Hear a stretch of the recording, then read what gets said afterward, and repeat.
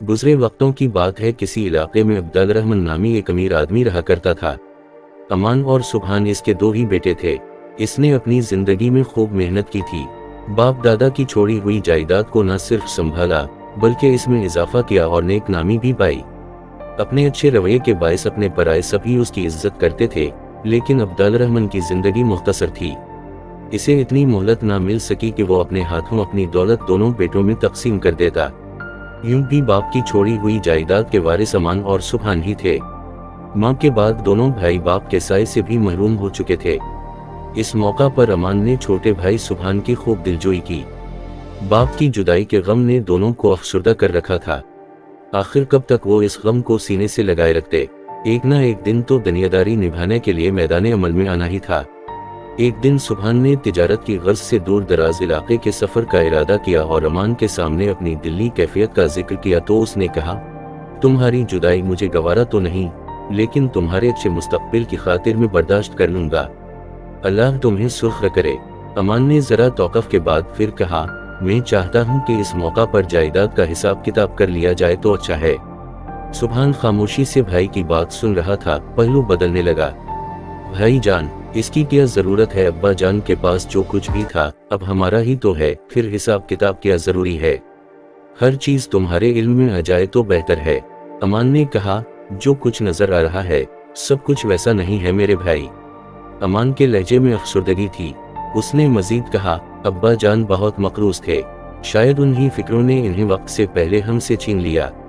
अब्बा जी मकरूज थे। सुभान हका बका रह गया। ये कैसे हो सकता है। वो यकदम बोल उठा, उनके जाने के बाद जब मामलात मेरे हाथ में आए उनसे पता चला तो मैं भी तुम्हारी तरह हैरान परेशान रह गया था। अमान आहिस्ता से बोला, नहर के किनारे वाला बाग भी कर्ज में है और लेकिन भाई, अब्बा जान को कर्ज की क्या जरूरत थी। सुभान बेचैन हो गया। सुभान, मैंने तुम्हें बताया तो है, मैं मामला देख रहा हूँ। वैसे तुम फिक्र मत करो, मैं सब संभाल लूंगा। भाई जान, अब मैं सोच रहा हूँ कि इन हालात में आपको तन्हा छोड़ कर ना जाऊं, आप अकेले परेशान होंगे।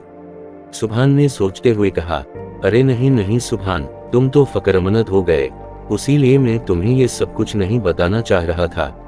अमान जल्दी से बोला, तुम जरूर जाओ और अब्बा जी का हुनर आजमाओ जो इन्होंने तिजारत से हासिल किया था। मुझ पर भरोसा रखो, मैं हूं ना। अमान ने प्यार से कहा। इस तरह कुछ तिजारती सामान लेकर सुभान एक लंबे सफर पर रवाना हो गया।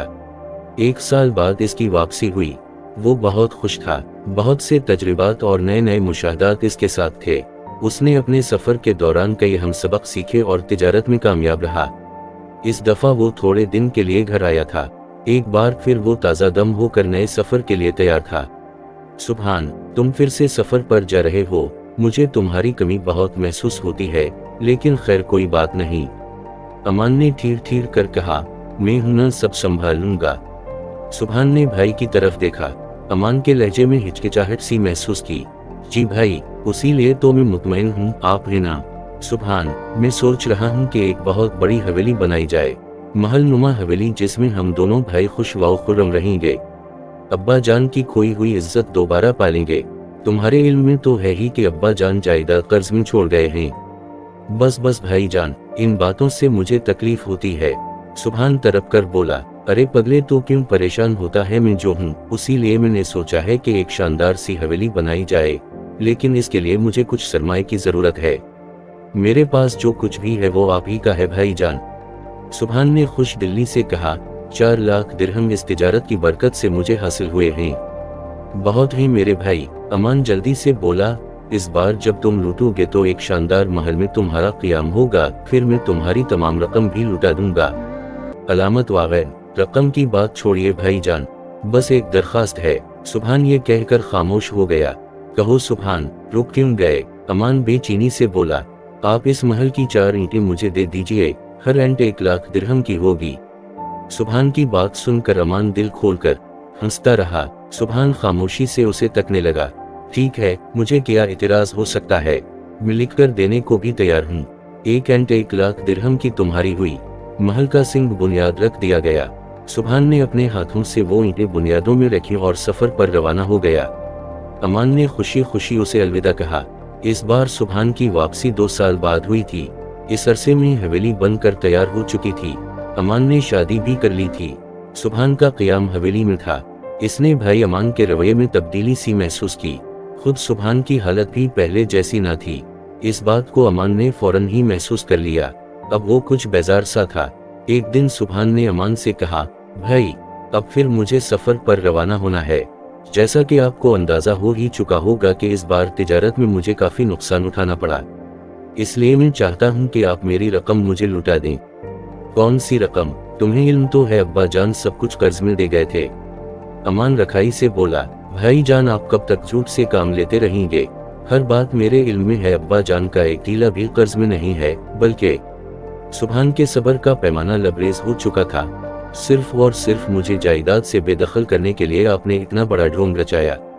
सुभान ने गहरी सांस ली, जबकि अमान उसे गुस्से से देख रहा था। उस वक्त मैं उन 4 लाख दिरहम की बात कर रहा हूँ जो आपने इस शानदार महल की तामीर में खर्च किए हैं। कौन से 4 लाख दिरहम? अमान तमसखर से बोला, तुम भूल रहे हो 4 लाख दिरहम के बदले तुमने 4 ईंटें खरीद ली थीं। मेरे बेवकूफ़ भाई, वो तहरीर मेरे पास आज भी महफूज है जो तुमने लिख कर दी थी।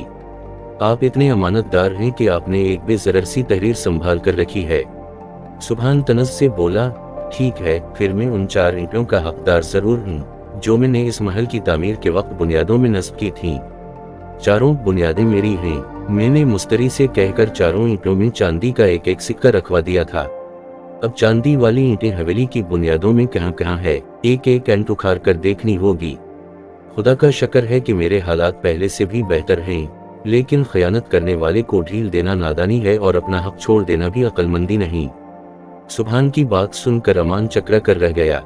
छोटे भाई को नादान समझकर उसने पहले बाप की जायदाद पर कब्जा किया, फिर मेहनत से कमाई हुई रकम हथियाई। इसे अंदाजा नहीं था कि सुभान इस तरह उसे अपने दाम में फंसा लेगा। वो अपना सर पकड़ कर रह गया। अब इसे तमाम हिसाब बेबाक करना था।